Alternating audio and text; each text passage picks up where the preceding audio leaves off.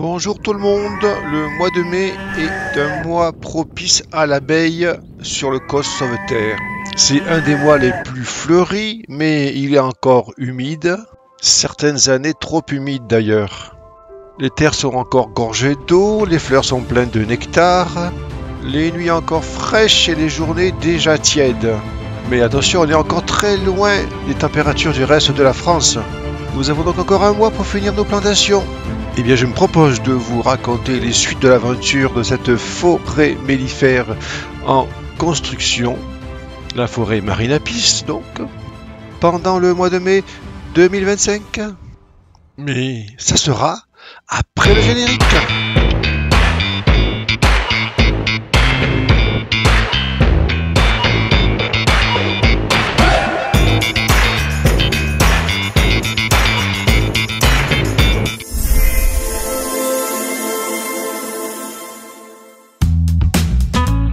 Si vous voulez désormais aller plus loin en devenant membre de la nouvelle association Marinapis, la forêt mellifère, eh bien c'est maintenant possible, vous pouvez adhérer en ligne, le lien se trouve dans le descriptif de cette vidéo. Nous sommes le 1er mai 2025 et là c'est une de nos 2 pépinières. Nous sommes encore en pleine plantation, nous avons encore un mois pour tout planter en Lozère. Alors aujourd'hui, nous allons planter des tétradiums. Une 50aine de tétradiums seront plantés cet après-midi. Alors, le tétradium, c'est ce qu'on appelle aussi l'arbre à miel.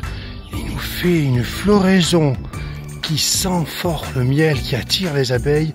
Et les abeilles sont tellement folles de ces fleurs qu'elles les butinent même quand elles sont au sol. Alors aujourd'hui, nous plantons des aulnes de Corse, une 40aine. Ça aime l'humidité, mais ça supporte un peu le sec car ça vient de Corse. Comme a dit Marie-Noël, c'est le seul aulne qui résiste bien à la sécheresse. Alors toujours pareil, dans une placette dédiée.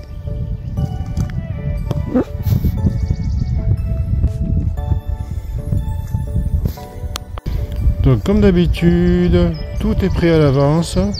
Les piquets, les filets, il n'y a plus qu'à planter les piquets et à protéger. Ça y est, les aulnes de Corse sont plantés et maintenant ressemblent à une armée de petits soldats. Il ne nous reste plus qu'à changer de parcelle. Alors dans cette placette, on plante des alisiers. Alors 2 types d'alisiers. L'alisier blanc, comme celui-là, ou l'alisier de Suède. Et tu peux même montrer le petit alisier qui a des alisiers, l'alisier terminal qui pousse naturellement.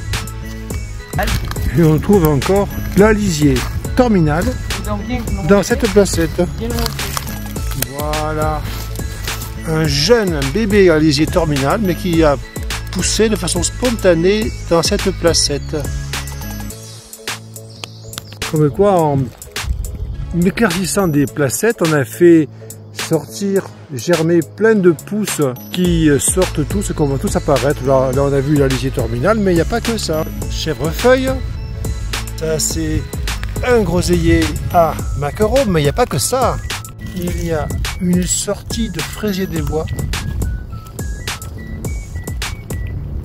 Voilà le fameux alisier de Suède qu'on a planté avec l'alisier blanc. Alors aujourd'hui, j'ai planté un petit massif un peu partout dans la forêt. Là, je vous en montre un, mais il y en a plusieurs. Alors, ce sont des chèvrefeuilles hybrides Gold Flame. C'est des chèvrefeuilles grimpants qui peuvent aller jusqu'à 3 mètres. On peut les utiliser aussi dans les massifs comme grand arbuste en pleureur, quoi, si vous voulez. Et donc ça fait 3 mètres, des arbustes de 3 mètres après de large. Et donc ça fleurit de juin jusqu'à octobre. Voilà, ça se renouvelle et c'est mellifère. Voilà, et puis ça a une très jolie fleur qui sent très bon. Alors aujourd'hui, ce sera le jour de plantation des néfliers du Japon et des tilleuls de Henri qui attendent patiemment le mois de mai pour que nous soyons assurés de leur reprise.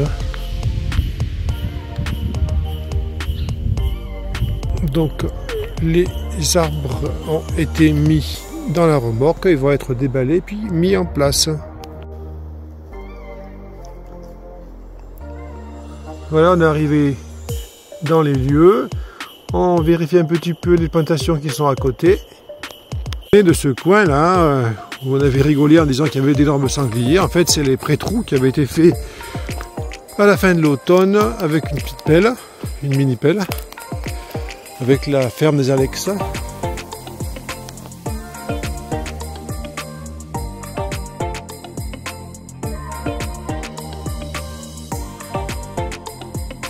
On installe un sac pour 2 trous et voilà la plantation du petit tilleul de Henri. Donc on a mélangé la terre du COS avec du terreau. Maintenant on installe le petit tilleul. Donc on a bien retiré tout ce qui pouvait être petite pousse en dessous de la greffe. Et maintenant, il n'y a plus qu'à planter les 29 autres tilleuls de Henri. Et puis faire les protections pour pas qu'ils se fassent dévorer par les chevreuils. Alors, l'intérêt du tilleul de Henri, c'est sa floraison décalée. Il fleurit très tard chez nous, entre mi-août et mi-septembre. Et permet donc de faire une mielée de tilleul à une période de l'année où il n'y a pas beaucoup de fleurs et de mielée à faire.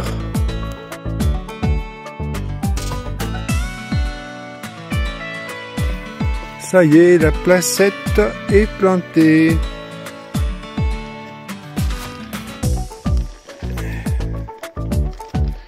Voilà, c'est un beau travail. Dans cette placette, nous plantons des néfliers du Japon. Alors la particularité, quel est l'intérêt de ce néflier? Sa particularité, eh bien, c'est le moment où il fleurit. En fait, chez nous, ça fleurit l'hiver, entre la fin du mois de décembre et la fin du mois de janvier. C'est le moment de l'année où il n'y a aucune fleur. Et c'est là où meurent certaines abeilles. Les années où il fait chaud à cette période, elles sortent, elles n'ont pas rien à manger. Elles meurent de faim en route et après ça fait des ruches vides avec des réserves à l'intérieur. On se demande où sont passées les abeilles, elles sont mortes de faim en chemin. Là, on espère qu'avec ces néfliers du Japon, elles auront de quoi grignoter et on aura moins de pertes d'abeilles l'hiver. Ça y est, les néfliers du Japon sont plantés. Donc il y a à peu près une trentaine, une soixantaine, une centaine à planter. Donc en fait on les appelle néfliers par erreur car ce sont en fait des bibaciers. Le vrai néflier germanique, est une plante européenne à feuillage caduc qui fleurit à la fin du printemps. Celui-là c'est le bibacier mais on l'appelle néflier du Japon. Voilà, ils ont eu un peu soif. Et là, avec le temps humide qu'il y a en ce moment, ils vont bien reprendre.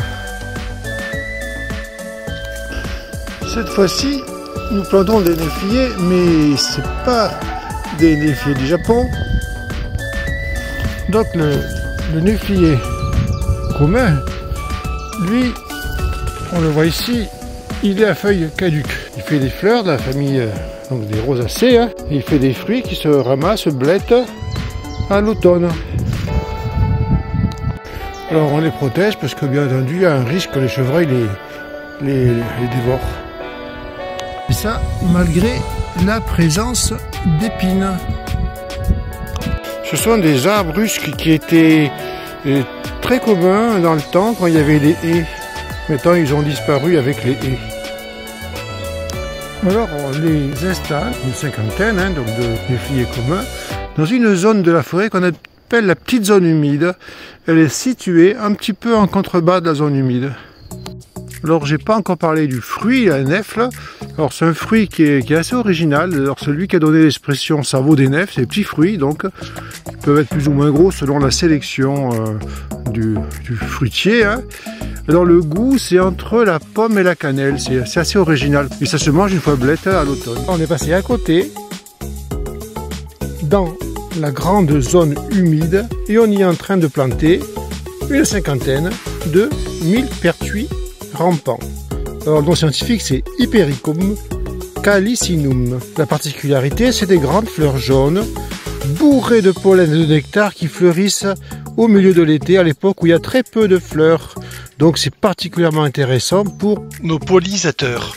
Alors ce qui est intéressant aussi c'est que c'est une plante qui est surtout heureuse en sous-bois. C'est pour ça que nous la plantons dans la zone ombragée de la zone humide.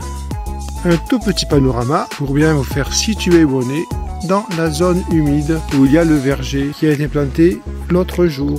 Alors, la zone humide a un petit côté canyon parce qu'il y a une falaise d'un côté et de l'autre côté, il y a une autre falaise. Alors, ce coin est rempli d'orchidées. Là, elles sont en train de faire pousser leurs hampes florales et bientôt elles seront toutes en fleurs, ça va être super joli.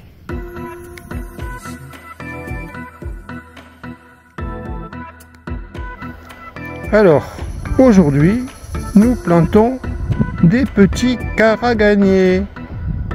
Donc c'est un arbre de la famille des Fabacées qui apporte de l'azote et qui apporte une floraison jaune extrêmement mellifère. Et avec les caragagniers, nous plantons de nombreux seringas des jardins à fleurs simples. Il a une floraison très parfumée et très mellifère. Mais aujourd'hui, c'est encore une journée plantation.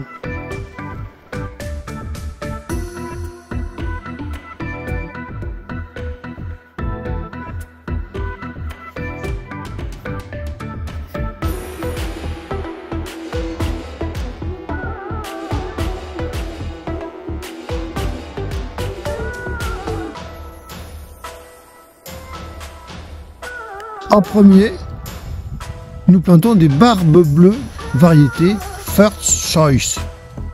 Premier choix. Nous mettrons aussi des baguenaudiers.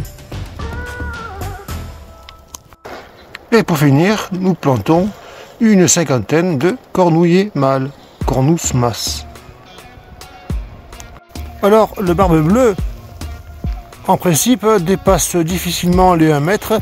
Il fait une fleur très bleue et très jolie.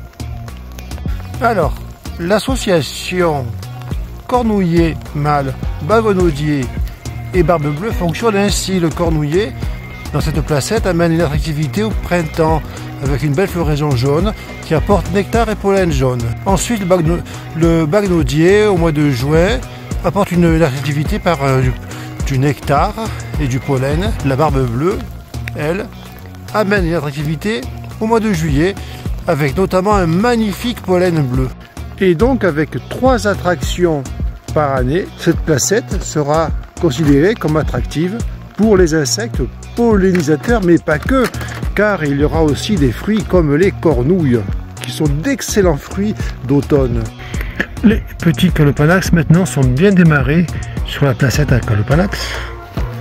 Donc sur les Calopanax septemnum. Pourquoi? Parce que il y a 7 lobes. Je me rapproche, on va les compter. 1, 2, 3, 4, 5, 6 et 7. Le 7e est caché. Donc ils sont sortis, ils sont magnifiques. Hein. Ils sont en train de bien pousser. Là, on passe. Donc la placette est bien démarrée.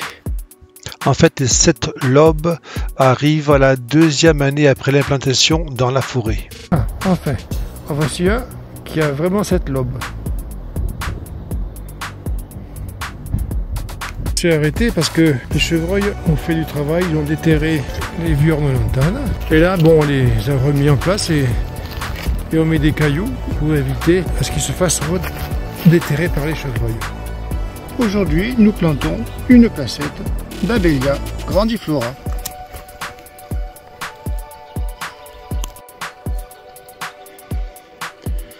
Alors, il y en a à peu près 56 qui seront mis sur cette placette. Donc là, tout est préparé déjà pour les protéger. C'est donc particulièrement intéressant pour nos insectes pollinisateurs. Alors, hier, nous étions juste un peu plus bas. Nous pouvons voir le champ qui est en dessous de notre forêt. Et voilà, c'est fini. Maintenant, il n'y a plus qu'à changer de placette. Alors aujourd'hui, je reviens vers vous pour vous montrer la belle placette de châtaignier que nous avions réalisée donc il y a bien 2 mois. Et là, donc en bordure, vous avez en bordure du chemin, vous avez une petite haie de Photinia, donc c'est mellifère, le Photinia Red Robin. Hein, c'est ce qu'on se sert pour faire les bien taillés dans les lotissements, et si on les laisse monter et fleurir, ça nourrit les pollinisateurs. Et en fond là-bas, vous les voyez pas, mais il y a des petits pyracantha. J'irai vous les montrer tout à l'heure, mais ce que je voulais vous montrer surtout, c'est que nous sommes en terrain calcaire et nous avons donc planté une petite châtaigneraie avec 60 plants, et les petits châtaigniers se portent vraiment à merveille. Voilà, je vais vous montrer, continuer à vous montrer ça. Vous voyez, regardez. Ils sont tous impeccables. Tous, hein. Je vous en montre que quelques-uns. On va descendre, je vous montrerai la suite, mais vous les voyez. Et donc, la bordure nord, ce sont des petits troènes du Japon. Donc, qui vont faire une petite haie semi-persistante. Vous les voyez, ils sont tout petits. Hein, des troènes du Japon. Et donc, nous allons descendre dans cette placette de châtaignier. Voilà. Alors, je marche sur les branches, donc ça peut secouer la vidéo. Et en même temps, je vous montre vraiment ces petits châtaigniers. Regardez celui-là. Il est presque à hauteur du... Oh, il lui manque 15 cm, mais il a bien poussé. Hein.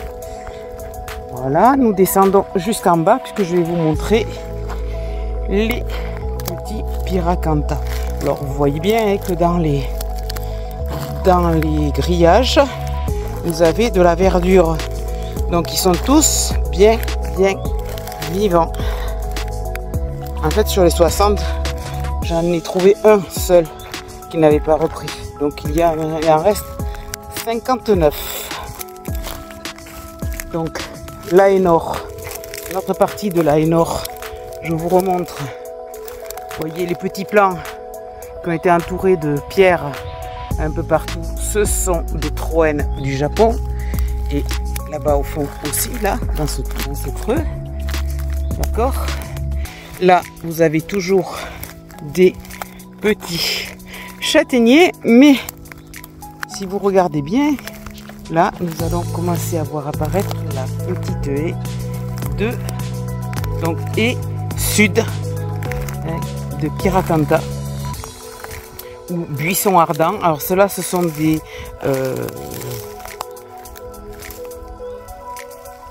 Calouda, je crois. Je ne suis pas sûre, hein, mais je sais que c'est des ceux à boules jaunes. C'est une variété à boules jaunes, regardez. Alors bien sûr, on a laissé les petits... celui-là, je vais l'enlever parce que les frênes, alors il y en a partout et je les enlève parce qu'il y en a trop. Mais par contre, les petits noisetiers pour le printemps, les pollinisateurs et les petits érables, on les laisse. Donc, châtaignier, et vous voyez, petit pyracantha, toujours petit pyracantha, petit pyracantha,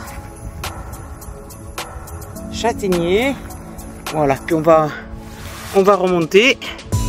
Et si vous voyez là vous voyez la placette dans son immensité. Pour la beauté du plan, un autre petit châtaignier. Vraiment, je ne m'en lasse pas. C'est vraiment très très beau. Aujourd'hui, opération, on protège les néfliers du Japon. On remplace ceux qui ont été grignotés car apparemment, bestiole, chevreuil ou lièvre, qui est passé par là et qui s'est bien régalé. Voilà un petit chêne qui est venu tout seul dans cette placette. Voilà, on a commencé donc à protéger ces petits néfliers du Japon.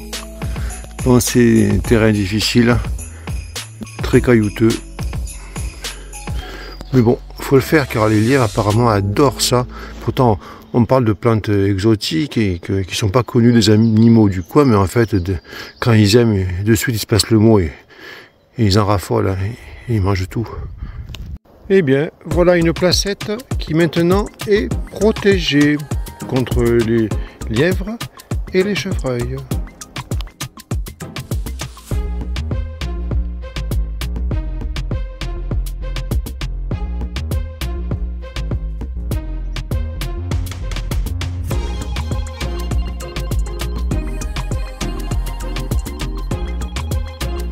Ben maintenant, c'est le tour de protéger des frênes à fleurs. Pareil sur une placette. En fait, ils entourent la placette.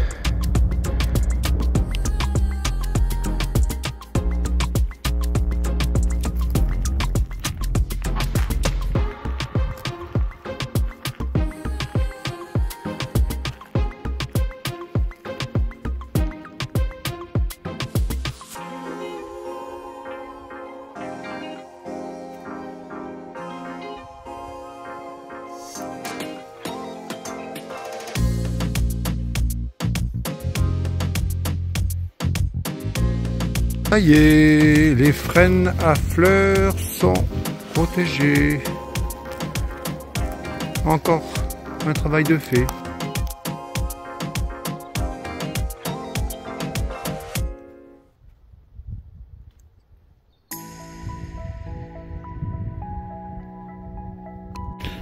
Bon, on voit que les petits marronniers Hippocastanida qu'on a plantés au printemps, mais ils sont super beaux.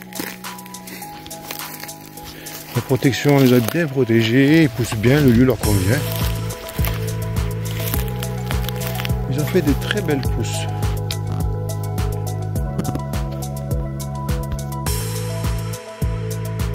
Alors aujourd'hui, on évalue avec les bûcherons le volume de bois qui a été coupé dans la forêt.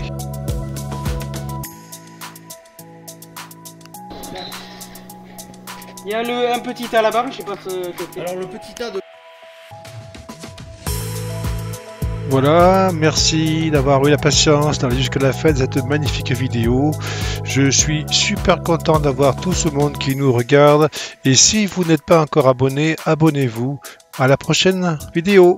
Merci.